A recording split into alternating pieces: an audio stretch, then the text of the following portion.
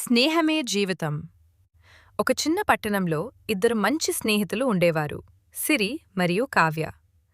వాళ్ళు చిన్నప్పట్నుంచే ఒకే స్కూల్లో చదివి, ఒకే బెంచ్లో కూర్చుని, ఒకరికి ఒకరు అన్నీ చెప్పుకునేవాళ్లు. సిరి చాలా మౌనంగా ఉండే అమ్మాయి. పుస్తకాలు చదవటం, చిత్రాలు గీయడమంటే ఇష్టం. కావ్య మాత్రం చాలా చలాకీ, ఎప్పుడూ నవ్వుతూ అందరితో కలిసిపోతూ ఉండేది.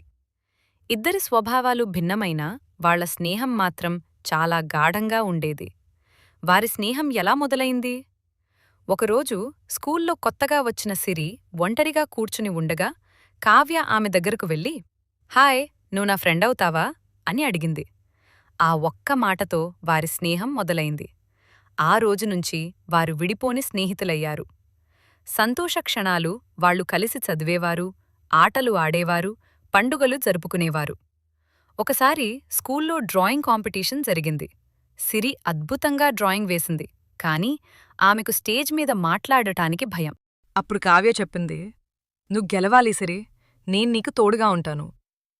ఆ ప్రోత్సాహంతో సిరి ధైర్యంగా స్టేజ్ మీదకి వెళ్లి ఫస్ట్ ప్రైజ్ గెలిచింది. ఆ రోజు ఇద్దరూ ఆనందంతో కన్నీళ్లు పెట్టుకున్నారు. ఒక చిన్న విభేదం, ఒకరోజు చిన్న అపార్థం వల్ల ఇద్దరి మధ్య గొడవ జరిగింది. వాళ్లు ఒకరితో ఒకరు మాట్లాడకుండా రోజులు గడిచాయి. సిరి చాలా బాధపడింది. కావ్య కూడా బయటికి నవ్వినా లోపల చాలా బాధగా ఉండేది.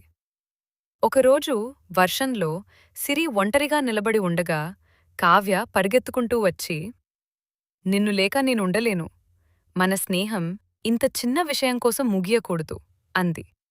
అప్పుడు సిరి కూడా కన్నీళ్లు పెట్టుకుని, నువ్వే నా బెస్ట్ ఫ్రెండ్ అని చెప్పింది. అలా వాడి స్నేహం మరింత బలపడింది. కాలం మారినా స్నేహం మారలేదు. పెద్దయ్యాక ఇద్దరూ వేర్వేరు నగరాలకు వెళ్లారు. కాని రోజూ ఫోన్లో మాట్లాడుకునేవారు. కష్టాల్లో ఒకరికి ఒకరు తోడుగా ఉండేవారు. ఒకసారి సిరి చాలా కష్టాల్లో ఉన్నప్పుడు కావ్య వెంటనే ఆమె దగ్గరకు వచ్చి సహాయం చేసింది.